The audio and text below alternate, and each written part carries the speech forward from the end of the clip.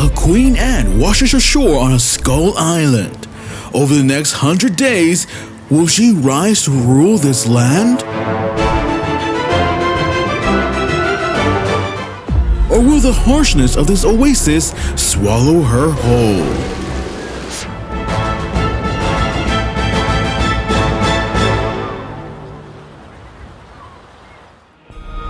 This place is more than sand and water. The oasis is also home to a turtle, hermit crabs, and a crab. Gentle neighbors, all of them. But down in the water lurks the sharks. Vicious, thrashing, churning the water. Okay, I'm joking. They're only ornamental fish. But to an ant, they are monsters.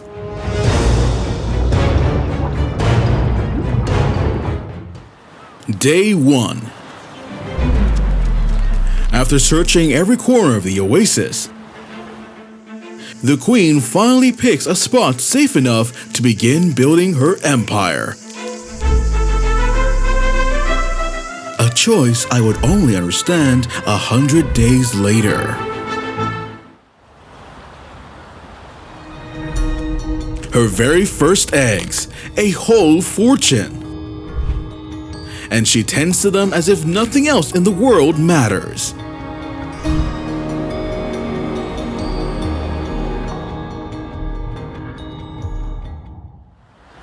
On the surface, everything looks peaceful. The residents drift through their days. Snails graze on the sand. A turtle feeds lazily near the waterline. Down below, a crab creeps quietly across the floor. But underwater, those fish never rest. Just a few very bad-tempered ornamental fish.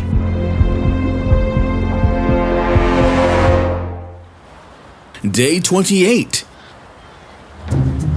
The first worker is ready to step out into the world and hunt. They forage everywhere, and one ant finds a cricket, quickly signaling the rest of the colony.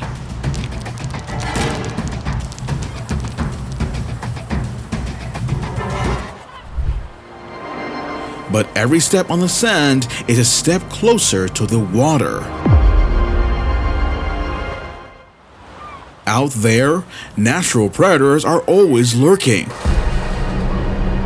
From anywhere, and ahead of them, greater trials are waiting. Day 35. The fish are bold now. They circle the island, round after round. And still, the ants must forage right here, at the water's edge. Every trip is a gamble, but something far worse is climbing onto the shore. Day 50. Thanks to the damp sand, the colony thrives. The nest grows stronger than ever. And the moment a new doorway opens, prey turns up right at the door. Lifeless, without a shred of fight left. They swarm over it, working together to haul it home. The colony has a heartbeat now. But a heartbeat is exactly what a predator listens for. Day 60. Look, the water stirs. A long shadow is coming.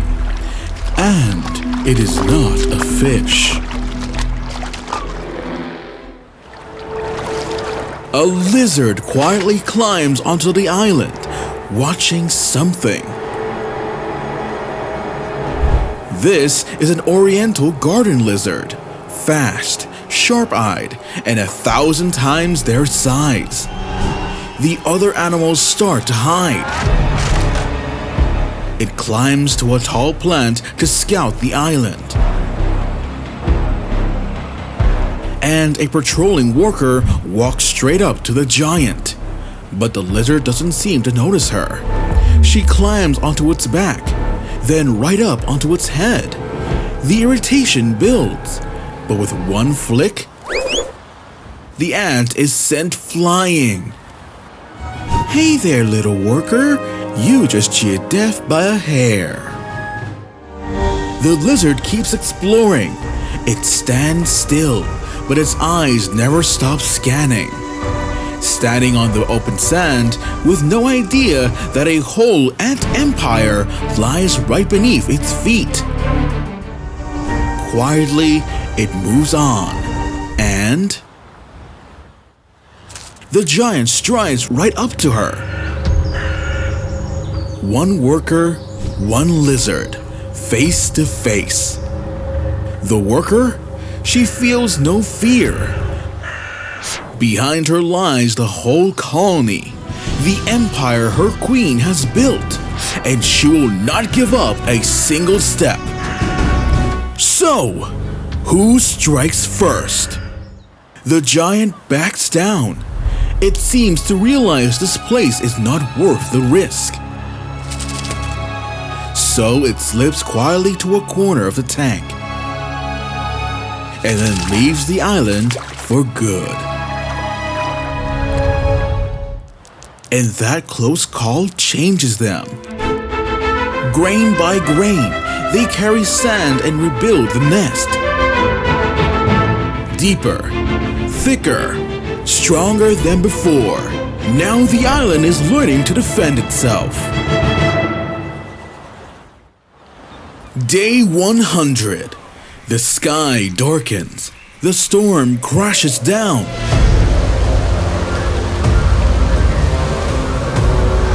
The rain lashes the tank harder and harder. The ants hold on with everything they have, fighting not to be swept away. The other residents scramble for shelter.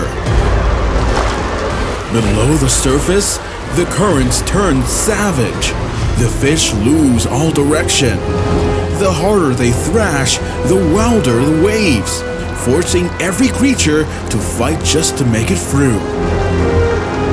Only one crab was quick enough, slipping inside the skull in time. Now all it has to do is wait out the storm.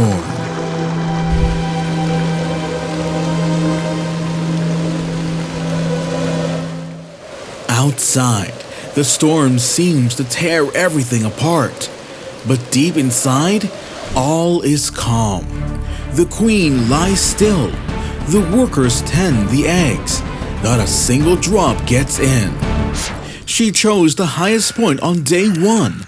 And now, I finally understand why.